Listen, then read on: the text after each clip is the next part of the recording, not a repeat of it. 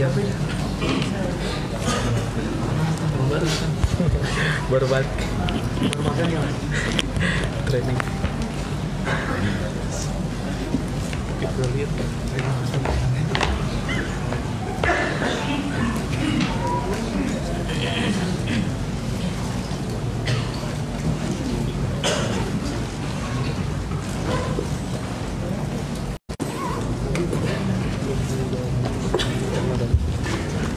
Jam-jam lewat lah.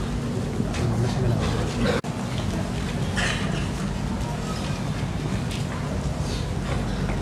Sudah cek jujur.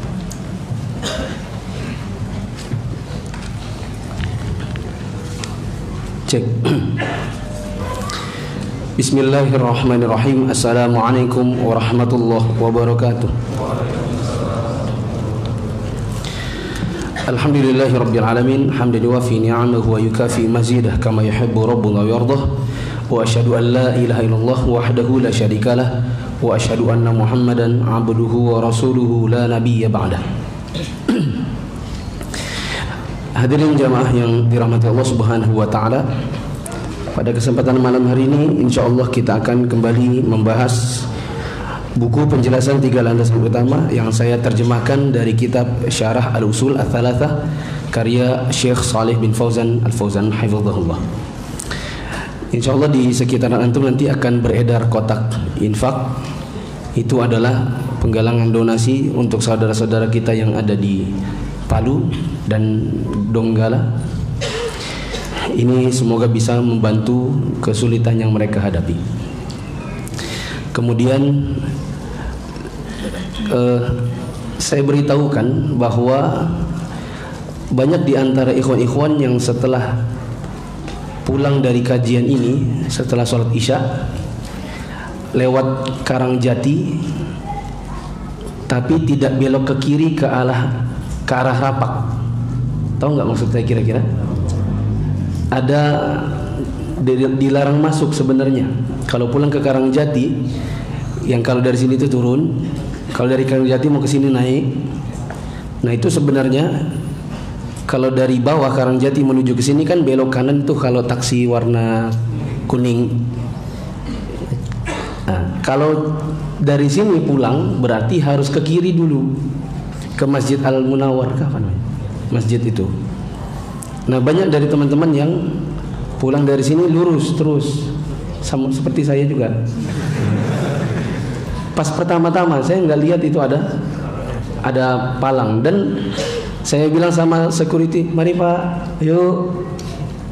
Ya saya juga nggak tahu gitu. Jadi pas minggu-minggu pertama berapa kali? Sekitar 2-3 kali saya lewat. Assalamualaikum, mari Pak. Iya katanya. Dibiarkan lewat. Nah meskipun dibiarkan lewat, tapi itu kan rambu-rambunya kan dilarang masuk. Nah, berarti yang masih melakukan seperti itu bertaubatlah, ya. Belok ke kiri ke lampu merah yang ada di Masjid Al-Munawwar dulu. Karena pertama jumlah antum itu banyak, kemudian rata-rata jenggotan. Nanti orang menganggap pengajian jenggotan itu tipikalnya yang hobi melanggar peraturan, ya. Sementara bahkan justru di dalam akidah Ahlussunnah, selama ada aturan dari pemerintah atau ulil amri yang tidak bertentangan dengan syariat, maka ditaati selama tidak bertentangan dengan syariat. Dan termasuk belok ke kiri dari sini itu tidaklah bertentangan dengan syariat, ya, maka beloklah ke kiri dan jangan malas, ya. Kemudian yang ketiga, adakah dari antum yang belum punya buku? Coba angkat tangan. Belum punya buku. Dari yang belum punya buku ini, yang sedari awal ikut kajian sampai sekarang belum punya buku, coba ada? Sedari awal belum pernah punya. Emang nggak ada duitnya? Coba angkat. Saya ada buku sekitar 10. Coba angkat tangan. Dari awal ikut belum pernah punya bukunya. 1, 2. Dari awal kajian loh ya, bukan baru minggu lalu antum awal ikut, bukan. Dari awal pengajian ini. 1, 2, 3, 4. 5, 6, 7. Udah, yang saya lihat tangannya nanti datang 8. Tuh banyak juga. Di akhwat saya belum tahu lagi berapa. Karena buku ini sudah nggak ada lagi di pasaran. Lagi nunggu saya revisi cetakan 2, lagi dikejar-kejar oleh penerbitnya juga. Ya. Terus coba tengok kanan, tengok kiri, antum salaman sama yang nggak dikenal. Yang nggak dikenal, cari yang nggak dikenal, tanya namanya, jangan salaman tok.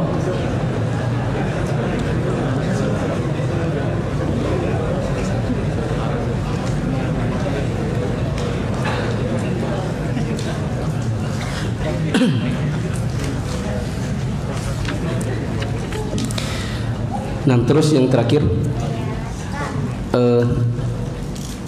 tadi saya diminta oleh takmir, bahkan yang minta juga ketua takmir masjid ini, agar setelah isya kalau bisa dilanjutkan, jangan selesai katanya. Mungkin setelah isya lanjut, tapi hanya membaca tanya jawab antum yang mungkin memang di buku saya ini bertumpuk-tumpuk sudah nih, ya. Karena waktu yang terbatas, banyak yang belum terjawab. Insya Allah setelah isya saya tambah sedikit. Mari kita buka di halaman 94, nomor 7. Kalau nggak salah sudah ini ya. Tapi yang belum adalah yang keempat, bukan? Betul? Kita bersaksi bahwasanya Muhammad Rasulullah. Maka disebutkan di poin ke-7 halaman 94 bahwa syahadat Muhammad Rasulullah itu memiliki makna dan konsekuensi. Yang pertama adalah menaati apa-apa yang beliau perintahkan. Nabi SAW merintahkan kepada kita segala sesuatu selama masih mampu dikerjakan maka wajib mengerjakannya. Saya contohkan waktu itu, misalnya Nabi SAW perintahkan laki-laki untuk pergi sholat ke masjid. Nabi memerintahkan agar wanita menggunakan hijab yang syar'i, jilbab yang menutupi aurat mereka dan dada-dada mereka. Maka ini wajib untuk ditaati. Yang kedua adalah membenarkan apa yang beliau kabarkan, meskipun menurut kita itu tidak masuk akal. Apa yang dikabarkan oleh Nabi SAW maka wajib dibenarkan meskipun tidak masuk akal. Yang ketiga adalah menjauhi apa yang Nabi SAW larang atau Nabi peringatkan untuk kita jauhi. Dan ada kaidah yang saya sebutkan di pertemuan sebelumnya, bahwa untuk larangan Nabi SAW mengatakan ijtanibu, jauhi. Sedangkan untuk perintah Nabi SAW mengatakan mastata'tum, semampu kalian. Tapi bukan berarti semampu kalian yaitu kita malas-malasan lalu kita mengatakan yang penting kan semampunya. Yang dimaksudkan di sini adalah untuk larangan maka tidak ada kata-kata semampunya. Misalnya Nabi SAW dengan berbagai dalil kita bisa turunkan pada hukum rokok sehingga rokok itu hukumnya haram. Maka tidak ada kata-kata iya aku nanti berhenti merokok semampunya, sedikit-sedikit. Tidak ada kata mencicil jumlah rokok yang dihentikan. Tidak ada kata-kata hari ini 1 bungkus aja, besok kukurangi sampai berhenti. Untuk larangan mutlak tinggalkan. Adapun perintah maka Nabi mengatakan mastata'tum, semampu kalian. Bila diperintahkan untuk sholat dalam keadaan berdiri lalu tidak mampu maka bisa dengan duduk atau bersandar. Bila tidak mampu bisa dengan duduk, mampunya hanya berbaring berarti berbaring. Nah, ini kata-kata Nabi SAW semampunya. Sekarang kita masuk di poin keempat.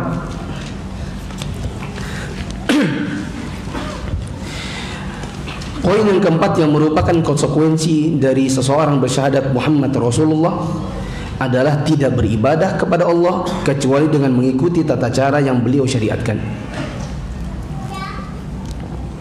Mari kita baca. Artinya kita tidak boleh beribadah dengan tata cara yang tidak beliau ajarkan meskipun niat kita baik. dan kita ingin mendapatkan pahala dengan mengerjakannya. Niat baik saja tidak cukup, karena harus ada yang namanya ittiba' atau mengikuti petunjuk Rasul. Dan ibadah itu sifatnya tauqifiyah, dikerjakan bila ada dalil yang mensyariatkan. Rasulullah SAW bersabda, "Fa'alaikum bisunnati wa sunnatil khulafa'ir rasyidin wa sunnatil khulafa'il mahdiyyin ar-rasyidin. Tamassaku biha wa 'addu 'alaiha bin nawajid. Wa iyyakum wa muhdatsatil umur, fa inna kulla muhdatsatin bid'ah wa kulla bid'atin dhalalah." Nabi bersabda, wajib bagi kalian untuk berpegang teguh dengan sunnahku dan sunnah para khalifah yang diberi petunjuk. Pegang teguh kepada keduanya dan gigit sunnah itu dengan gigi geraham kalian. Hati-hatilah pada perkara baru yang diada-adakan dalam agama, karena setiap perkara baru yang diada-adakan dalam agama adalah bid'ah, dan setiap bid'ah merupakan kesesatan. Ibadah dengan tata cara baru yang diada-adakan dan tidak Rasulullah SAW syariatkan disebut dengan bid'ah, dan itu terlarang karena termasuk bentuk kesesatan. Jika ada yang mengerjakannya dengan alasan tujuannya baik, maka jawabannya adalah bahwa standar penilaian ibadah itu bukan tujuan semata, melainkan juga kesesuaian dengan petunjuk Rasul, ketaatan dan kepatuhan kepada beliau. Jika memang kita dipersilakan untuk sesuka hati mengerjakan ibadah dengan tata cara yang kita mau, maka sebenarnya kita tidak butuh seorang Rasul yang dijadikan seorang panutan dalam ibadah. Dengan kata lain, jika seorang hamba beribadah dengan tata cara baru yang tidak Rasulullah ajarkan, maka dia bersyahadat Muhammad Rasulullah dengan syahadat yang tidak hakiki. Perhatikan jemaah. Konsekuensi orang mengatakan asyhadu anna Muhammadar Rasulullah, aku bersaksi bahwasanya Muhammad adalah utusan Allah. Konsekuensinya berarti bila Rasul ini mengajarkan sesuatu kepada kita, maka kita taati. Dan bila beliau ajarkan sebuah ibadah, maka wajib bagi kita untuk mengerjakan ibadah tersebut sebagaimana dengan tata cara yang beliau ajarkan. Tidaklah syahadat yang hakiki manakala seseorang mengatakan asyhadu anna Muhammadar Rasulullah, tetapi tata caranya tidak seperti yang Rasulullah SAW ajarkan. Bahkan di sini disebutkan, kalau memang kita bisa ibadah sendiri dengan cara kita sendiri, berarti nggak butuh Rasul. Saya pernah contohkan di majelis ini dan di majelis di An-Nasai. Saya belum dapatkan analogi yang lebih pas dari ini. Bukan berarti analogi ini benar, tapi analoginya mungkin cocok. Saya pernah contohkan, misalnya kita PNS, di hari Jumat ada kegiatan senam bersama. Catatan, saya tidak membenarkan senamnya, karena ada beberapa masalah di dalam hukum senam. Seperti instrukturnya biasanya perempuan, dan instrukturnya tidak mungkin jilbaban besar, maksud saya. Biasanya senam pakai celana ketat, dan senam nggak seru kalau nggak ada musiknya, ya atau tidak? Lepaskan dari masalah ini. Misalnya ada seorang instruktur senam disewa oleh Pemkot, ada disewa oleh setiap SKPD, Satuan Kerja Perangkat Daerah, atau apalah kesingkatan dari SKPD itu. Disewa instruktur perempuan, dikasih tempat di atas di podium untuk mencontohkan kepada PNS di belakang, gini caranya senam. Dia hadap depan, dia membelakangi para PNS. Kemudian dia bergoyang, misalnya ke kanan, ke kiri, dengan hitungan 8. Kadang dia maju, kadang dia mundur. Ternyata ketika dia berbalik ke hadapan jamaahnya, ke hadapan para PNS itu, dia dapati rupanya dia ke kanan, orang ke kiri. Maksudnya berlawan dengan yang dia contohkan. Dia merunduk, orang melompat. Dia maju, orang mundur. Dia mengayunkan tangannya, orang berkacak pinggang. Kira-kira saya tanya, kira-kira itu instruktur itu tersinggung nggak kira-kira? Tersinggung. Kenapa tersinggung? Karena dia didatangkan meskipun dengan dibayar untuk mencontohkan. Kalau ternyata dia didatangkan lalu kemudian orang tidak mencontoh, maka buat apa dia ada? Bahkan bisa jadi kalau dia pakai mic, maka dia hentikan senamnya, dimatikan dulu tape-nya, lalu dia berkata, bapak-bapak, ibu-ibu ini mau ikut saya enggak? Meskipun saya dibayar 1 juta satu hari ini, kalau seandainya saya datang tapi bapak ibu enggak ikut saya, ini pelecehan bagi saya. Meskipun Anda bayar, karena masih banyak yang mau saya ajarin senam. Tapi kalau saya mundur Anda maju, saya lompat Anda merunduk, saya merunduk Anda melompat, buat apa saya ada di sini? Kata strukturnya. Ngambek dia pulang. Itu tidak? Logika yang sangat mudah. Maka kalau seandainya Nabi SAW diutus oleh Allah untuk mengajarkan tata cara, ini loh sholat, ini nah caranya manasik haji umroh, gini loh ngitung zakat, terus kita bikin dengan cara sendiri. Sholat kita bikin sendiri. Nabi SAW hadapkan telapak tangannya ke kiblat, kita bikin ke arah kuping. Kemudian Nabi SAW hanya meletakkan di atas dada, kemudian kita bikin putar-putar, dibikin misalnya seperti orang istirahat di tempat. Nabi SAW baca misalnya ghairil maghdubi 'alaihim waladdallin, amin, kita bilang warbifirli wali walidayya. Nabi SAW assalamualaikum warahmatullahi, assalamualaikum warahmatullahi, kita bikin assalamualaikum warahmatullahi, assalamualaikum warahmatullahi, dengan tata cara yang enggak sama. Nabi SAW mengajarkan zikir ketika tawaf, ketika sa'i, terus kita bikin nyanyi-nyanyi. Nabi SAW ajarkan bayar zakat itu harus cukup haul nisab, terus kita bikin perhitungan sendiri, namanya zakat profesi. Karena begitu, buat apa Nabi ada? Karena seolah-olah kita lebih pintar dari Nabi, lalu kita bikin tata cara sendiri. Ya. Maka jamaah yang dirahmati Allah, bila ini terjadi, kita beribadah dengan ibadah yang tidak diajarkan Nabi SAW, maka sebenarnya kita nggak butuh Rasul berarti. Di sini disebutkan beribadah itu harus ada ittiba, sesuai dengan petunjuk Nabi, sebagaimana Nabi mengatakan dalam hadis yang saya baca tadi, fa'alaikum bisunnati, wajib bagi kalian untuk berpegang teguh kepada sunnahku. Dari sini kita bisa ambil kesimpulan bahwa meskipun ada sebuah ibadah kita kerjakan niatnya baik untuk Allah, tetapi tata caranya tidak ittiba, maka ibadah itu ibadah yang salah. Di sini disebutkan prinsip ibadah itu tauqifiyah. Apa namanya? Tauqifiyah. Apa itu tauqifiyah? Berhenti pada dalil. Kalau ada dalil yang mensyariatkan, kerjakan. Kalau tidak, maka jangan membuat ibadah sendiri. Makanya para ulama kita mengatakan al-aslu fil ibadah al-hawr, al-mana', haram. Hukum asal dari sebuah ibadah itu tidak boleh, dilarang, haram, sampai ada dalil yang mensyariatkan ibadah tersebut. Bila ada dalilnya baru kerjakan, enggak ada jangan merepotkan diri, karena selain repot Anda bukan dapat pahala tapi justru dapat dosa.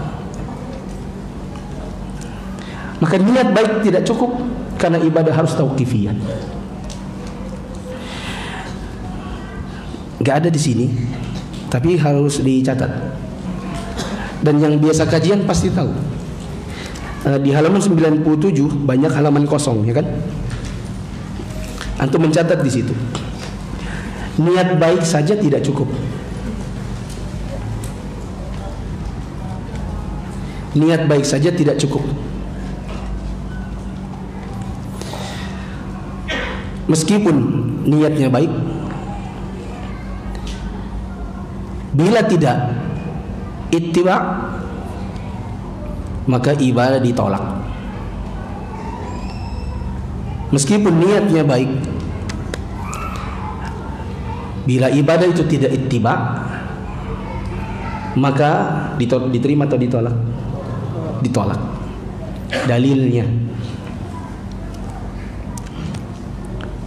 Dalilnya satu, kisah Abu Burdah bin Niyar yang menyembelih kurban sebelum Id.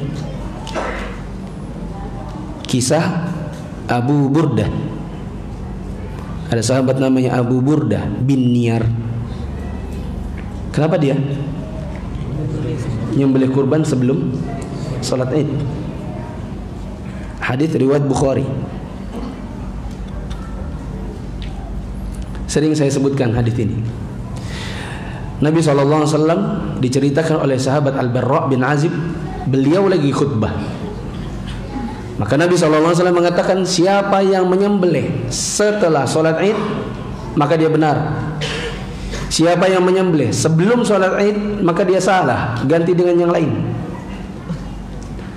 Maka berdirilah sahabat, siapa tadi? Abu Burda bin Niyar. Dia berkata, ya Rasulullah, saya sudah khutbah, saya sudah kurban tadi sebelum sholat Id.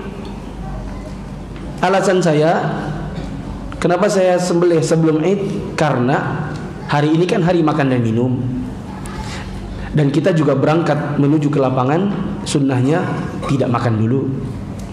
Orang lapar.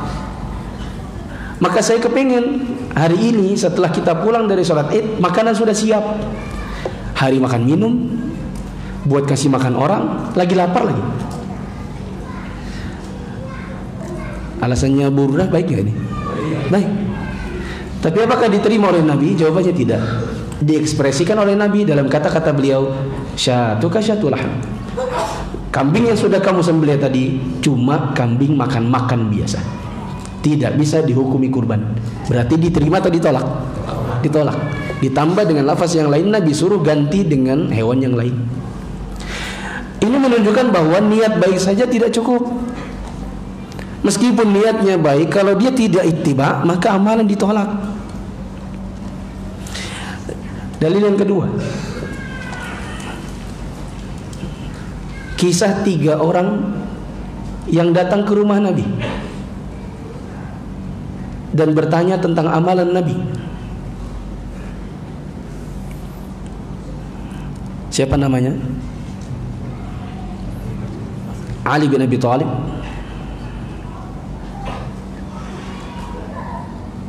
Abdullah bin Amr bin As,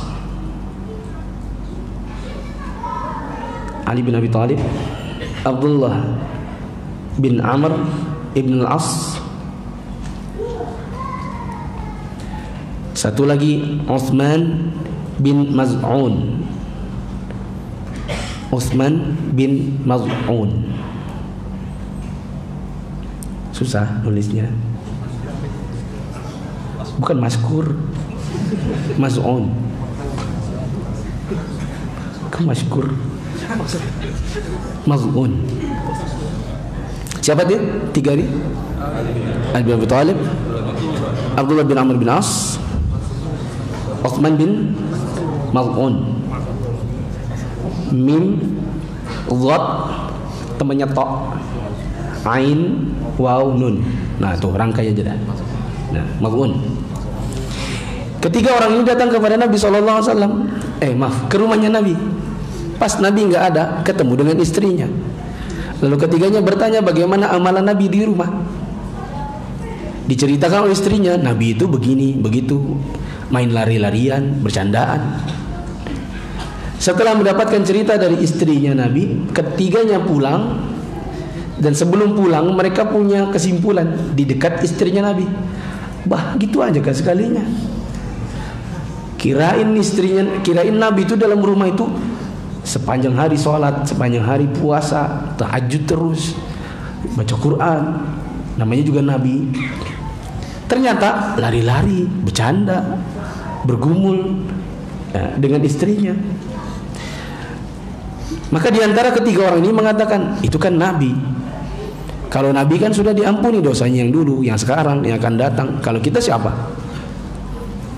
Maka temannya yang lain diantara 3 ini menyahut, berarti kita harus kalau pengen sederajat dengan Nabi, minimal nanti kalau di surga nggak jauh-jauh amat gitu dari Nabi, levelnya bisa dibawanya dikit. Berarti kita harus cari amalan yang Nabi nggak lakukan, yang bisa kita lakukan dan mendekatkan diri kita di derajatnya Nabi. Maka yang satu mengatakan, mulai hari ini aku akan puasa dan tidak akan buka. Chop, doorstep. Yang satu mengatakan, aku akan tahajud dan tidak akan tidur. Yang satu mengatakan kalau gitu aku tidak akan menikahi para wanita, karena Nabi itu buka puasa, Nabi itu ada tidur malamnya, dan Nabi menikahi wanita. Maka omongan ketiganya ini didengar oleh istrinya Nabi. Ketika Nabi pulang, istrinya lapor kepada Nabi. Nabi cari yang 3 orang ini, ketemu, lalu diceramahi. Kaliankah yang bilang begini? Sholat gak mau tidur, puasa gak mau buka, dan gak nikah. Ketahuilah saya ini lebih bertakwa di sisi Allah daripada kalian. Tapi saya puasa dan buka, sholat malam dan tidur, dan saya menikah dengan para wanita. Siapa yang tidak suka dengan sunnahku, apa kelanjutannya? Maka dia bukan golonganku. Niatnya 3 orang ini baik ya? Baik, pengen ngejar dekat Nabi nanti di surga. Niatnya baik. Tapi apakah amalan yang mereka ikrarkan itu amalan yang sesuai dengan sunnah? Jawabannya tidak. Tahu dari mana? Karena kata-kata Nabi yang belakang tadi, siapa yang tidak suka dengan sunnah, menunjukkan bahwa amalan ketiga yang mereka sebutkan tadi, ya, amalan-amalan mereka itu puasa dan begini, sholat malam begini, dan tidak mau menikah dengan para wanita, itu amalan yang tidak sesuai dengan sunnah. Meskipun niatnya baik, malah dimarahi oleh Nabi ketiga-tiganya itu. Dalil yang lain, misalnya kisah murid-muridnya Abdullah bin Mas'ud.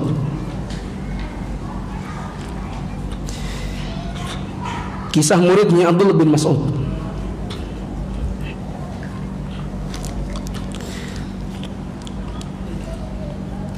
Abdullah bin Mas'ud tinggal di Kufah. Lalu didatangi oleh Abu Musa al-Ash'ari, salah seorang sahabat Nabi yang lain. Waktu mencari Abdullah bin Mas'ud, maka Abu Musa mampir ke sebuah masjid. Didapati di subuh hari ada banyak orang masjid lagi bikin halakoh zikir, bikin lingkaran-lingkaran, misalnya per 10 orang. Yang di tengah mereka ada batu-batu kecil yang banyak. Melihat perbuatan mereka ini, maka Abu Musa al-Ash'ari nyari rumahnya Abdullah bin Mas'ud. Sampai di sana, sampai di rumahnya Abdullah bin Mas'ud, maka dia mengetuk, keluarlah Abdullah bin Mas'ud. Lalu dia mengatakan, "Wahai Abu Abdurrahman, aku lihat di masjid ada orang mengerjakan yang hatiku mengingkari, tapi otakku bilang itu bagus. Hatiku mengingkari, tapi pikiranku bilang ini bagus. Apa yang mereka bikin?" Maka Abu Musa mengatakan, "Aku lihat mereka bikin halakoh zikir, dan ada komandan di antara mereka. Yang komandan ini punya batu, yang setiap dia geser satu batu, dia mengatakan bertasbihlah 10 kali atau bertasbihlah 100 kali. Setelah habis 100 kali, maka dia mengatakan bertahlillah 100 kali, bertakbirlah 100 kali, sambil menyodorkan batu-batu." Hatiku ngingkari karena kayaknya kita nggak pernah diajarin Nabi. Tapi menurutku itu baik, di pandanganku itu baik karena ini bentuk zikir yang lebih teratur.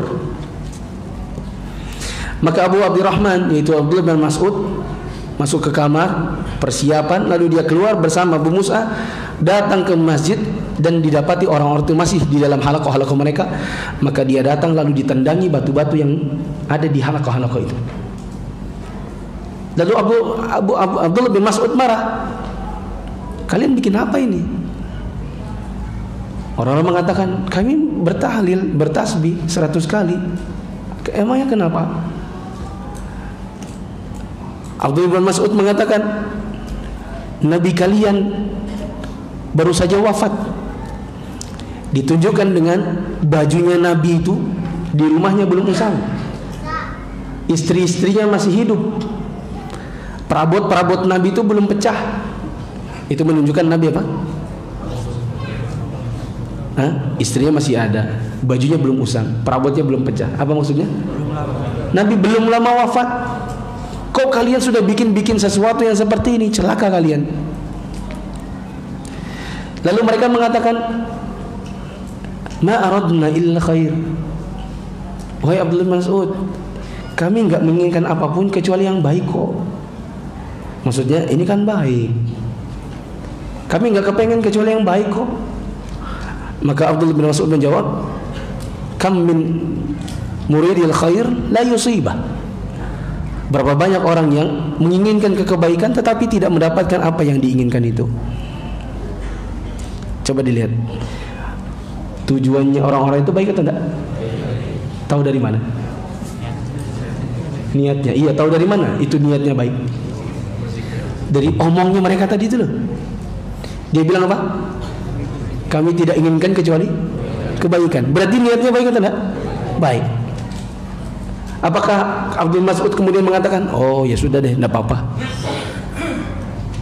Apa kata Abdullah? Berapa banyak orang yang menginginkan kebaikan tapi nggak dapat.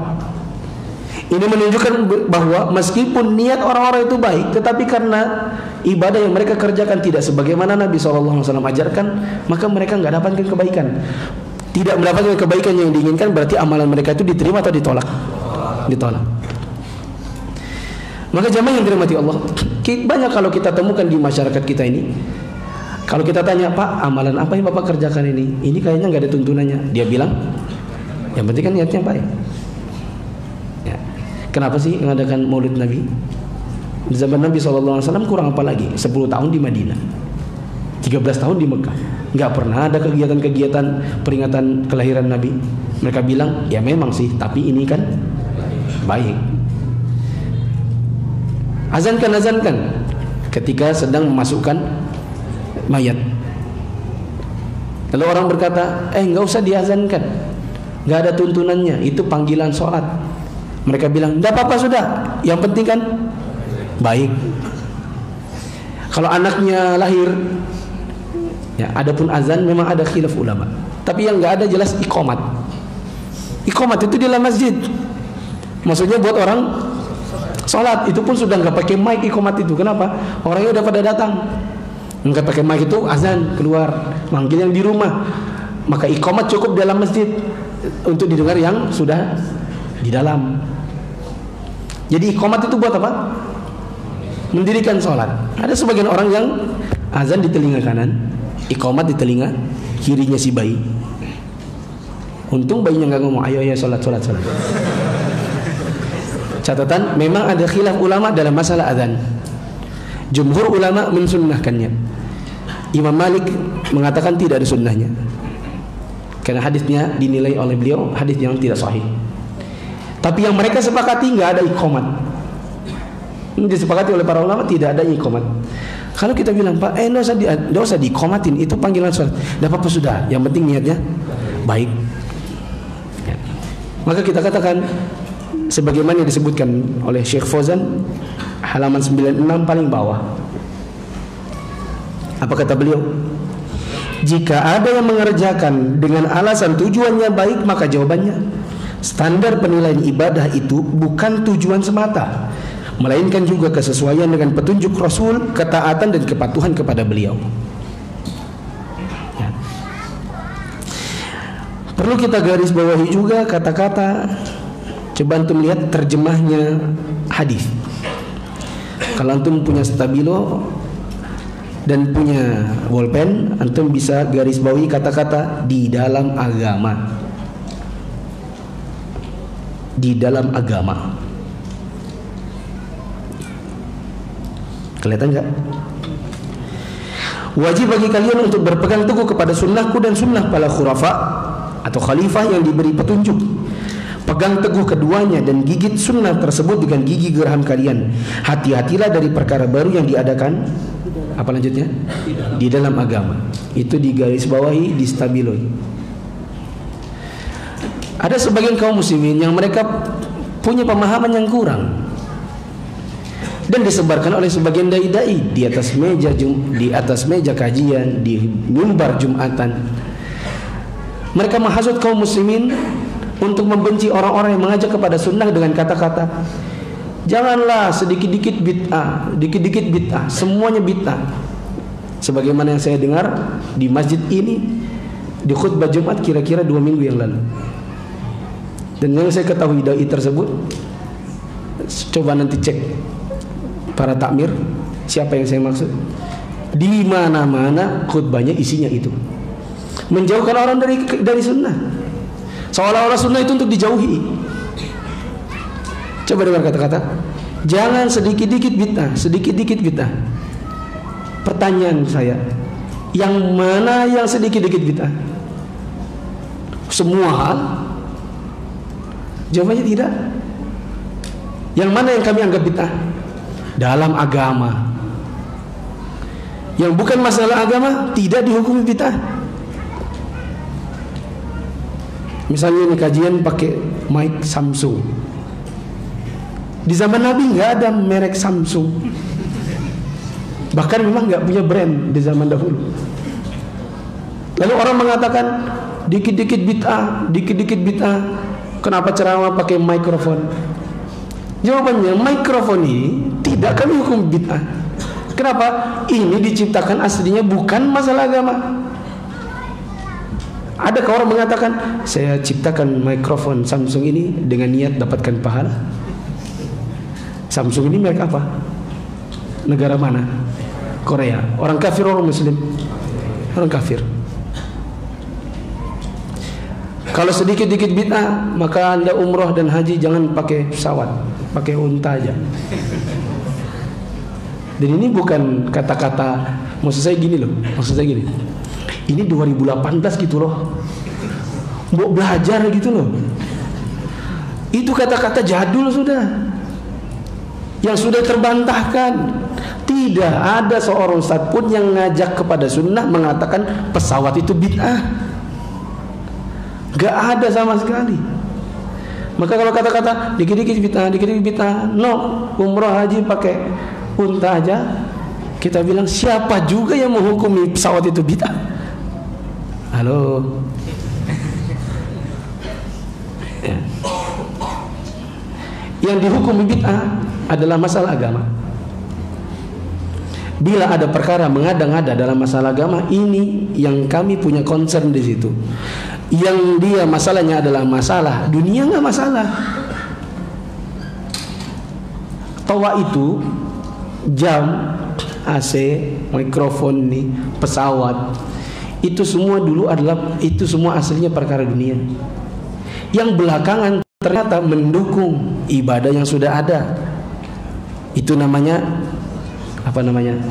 Maslahah mursalah. Coba sebut maslahah mursalah. Maslahah mursalah para ulama membolehkannya. Nanti saya ke arah sana. Coba sekarang kita belajar dulu. Kapan sih dikatakan bid'ah?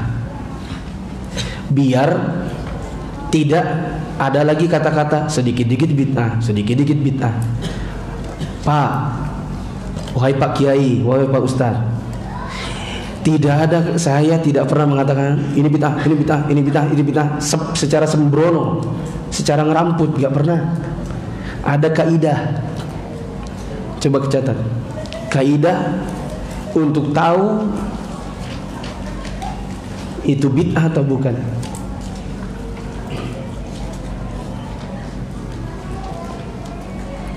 Bila antum kepengen tahu ibadah itu bid'ah atau tidak, maka satu,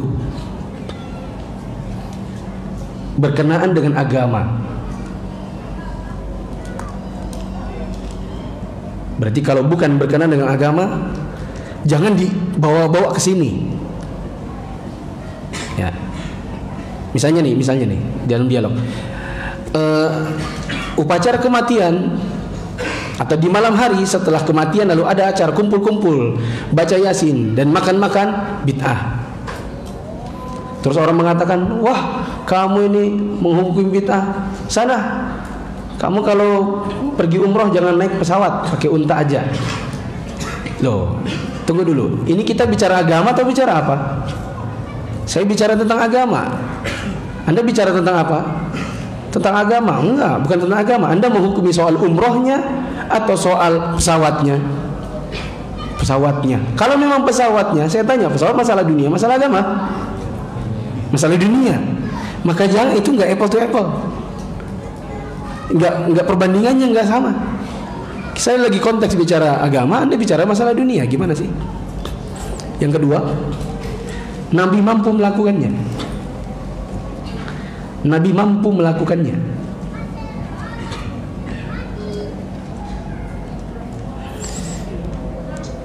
Ketiga,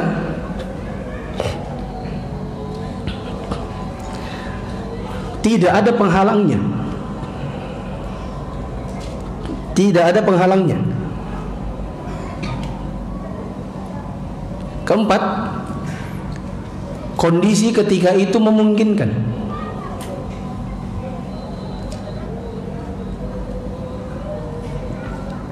Kelima,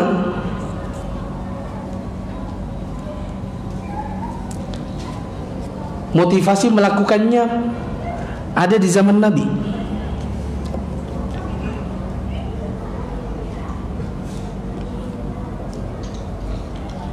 Ketujuh, yang keenam, Nabi tidak mengerjakannya. Nabi tidak mengerjakannya.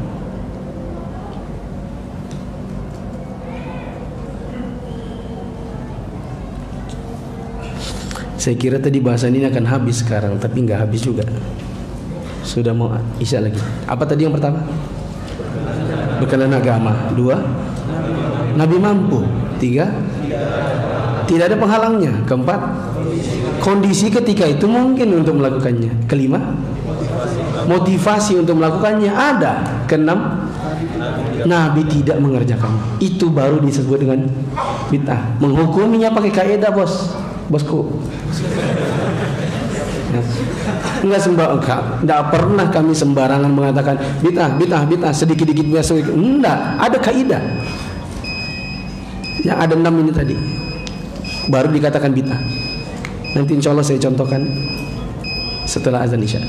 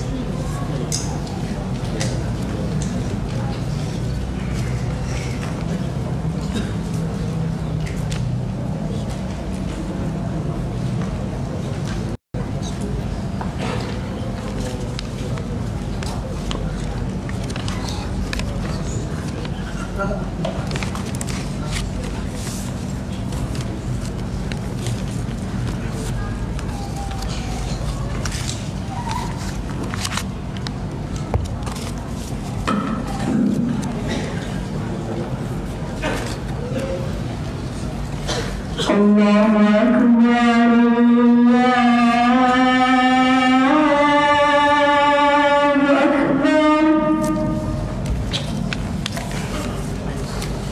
Allahu Akbar, Allahu Akbar. Asyhadu an la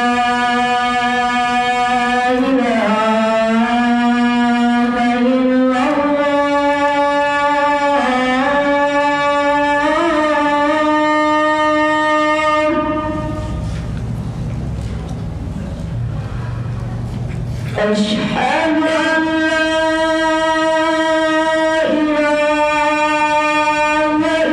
إلا الله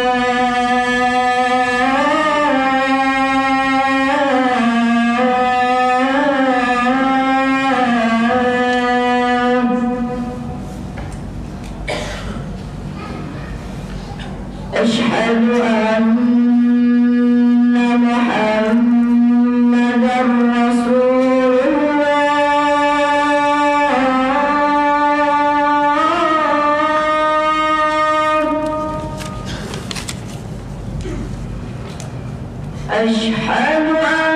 أشهد أن محمدًا رسول الله.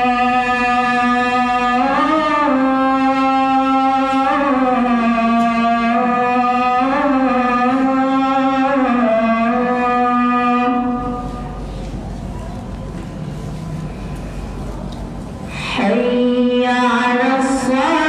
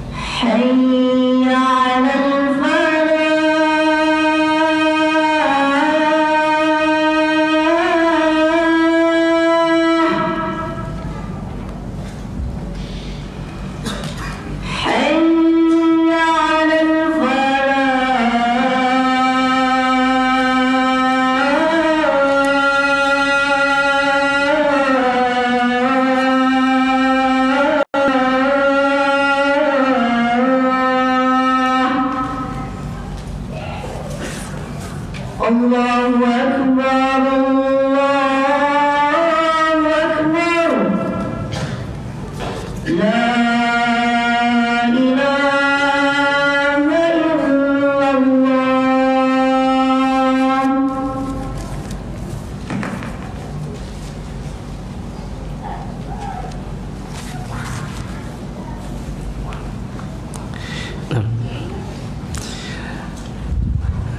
Mari kita cek sebagian amalan apakah itu bid'ah atau tidak. Yang sering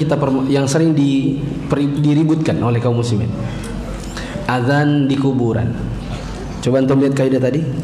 Azan di kuburan. Agama atau bukan? Agama. Masuk ya? Apa yang kedua tadi? Nabi mampu nggak melakukannya? Masa Nabi nggak bisa azan?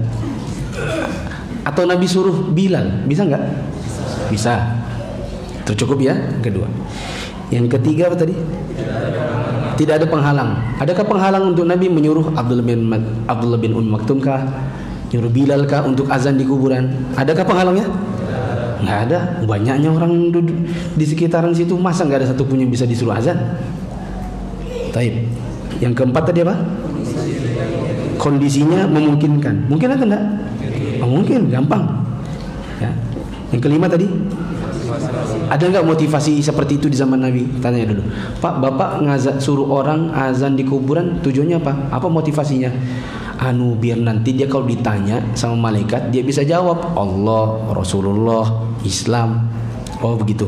Kira-kira motivasi seperti itu, bila memang ada atau tidak kira-kira? Maksud saya, bila seandainya Nabi mau, kira-kira motivasi seperti itu ada atau tidak? Ada. Pertanyaannya, Nabi mengerjakan? Enggak. Berarti bid'ah. Gampang. Baik.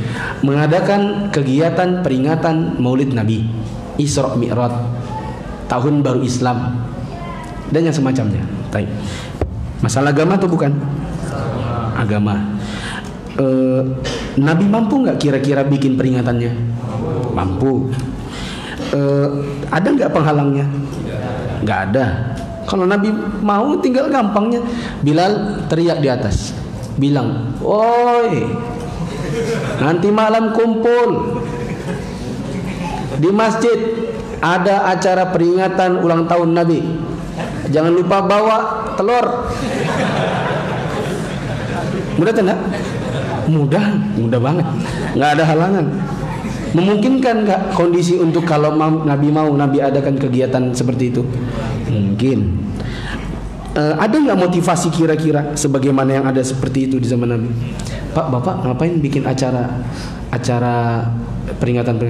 Ya untuk menghormati Nabi. Di zaman Nabi orang-orang menghormati Nabi atau tidak? Menghormati. Oke, masuk. 6. Dikerjakan atau tidak peringatan itu? Enggak. Berarti itu sudah. Baik. Apa lagi ya? Tahlilan. Nanti malam setelah kematian kita kumpul-kumpul, oke? Nah, dalam masalah agama atau tidak? Agama. Kan juga acaranya nama tahlilan, yasinan. Ya kan? Dalam agama. Ada halangan nggak kalau Nabi mau mengadakannya? Nggak ada. Rumah Nabi yang meninggal Khadijah, yang meninggal 6 anaknya Nabi. Kan anaknya Nabi berapa orang? 7. Berapa yang meninggal sebelum Nabi? 6. Rumah-rumahnya Nabi. Gampangnya kalau Nabi mau ngundang-undang orang, nggak ada halangan. Terus yang ketiga apa tadi? Nabi mampu nggak untuk melakukannya? Mampu. Ada halangan? Nggak ada. Kondisinya memungkinkan? Mungkin. Ada motivasi kira-kira? Tanya dulu. Anda ngapain sih Pak bikin acara peringatan kematian? Ya ini kan karena kita sayang sama yang meninggal.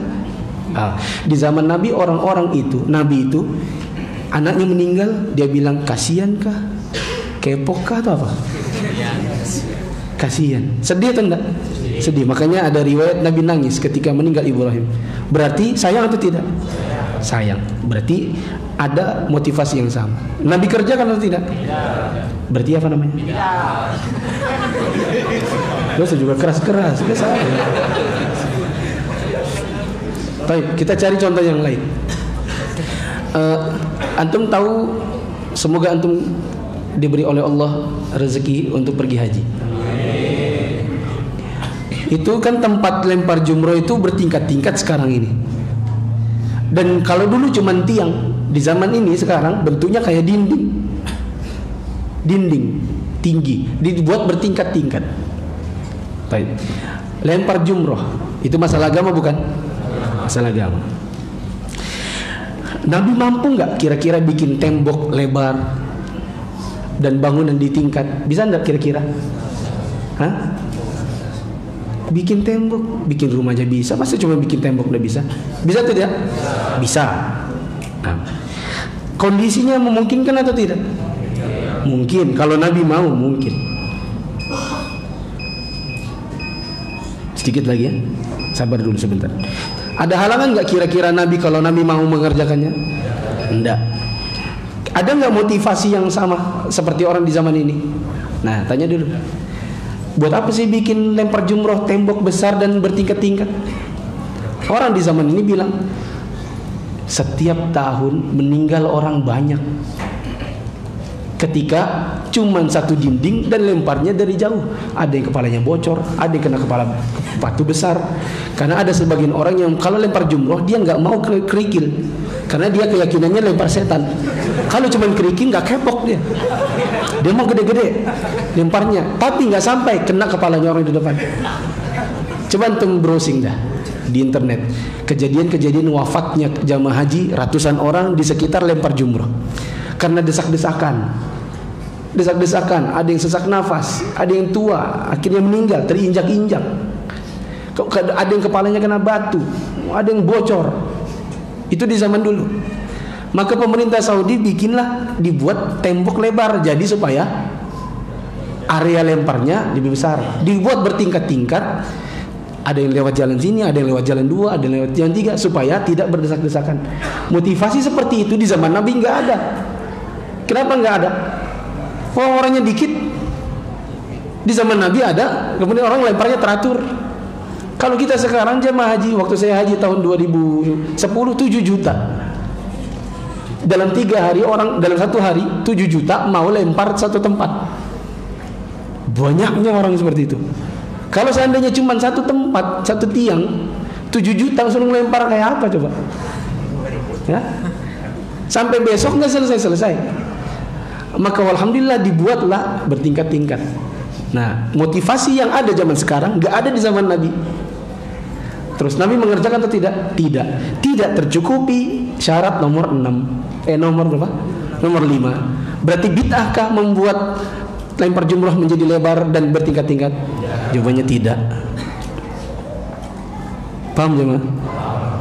Ini kalau dicontohin lebih banyak, insya Allah antum lebih paham. Tapi karena sudah mau isya, jadi kita cukupkan dulu. Subhanakallahumma wa bihamdika asyhadu an la ilaha illa anta astaghfiruka wa atubu ilaik.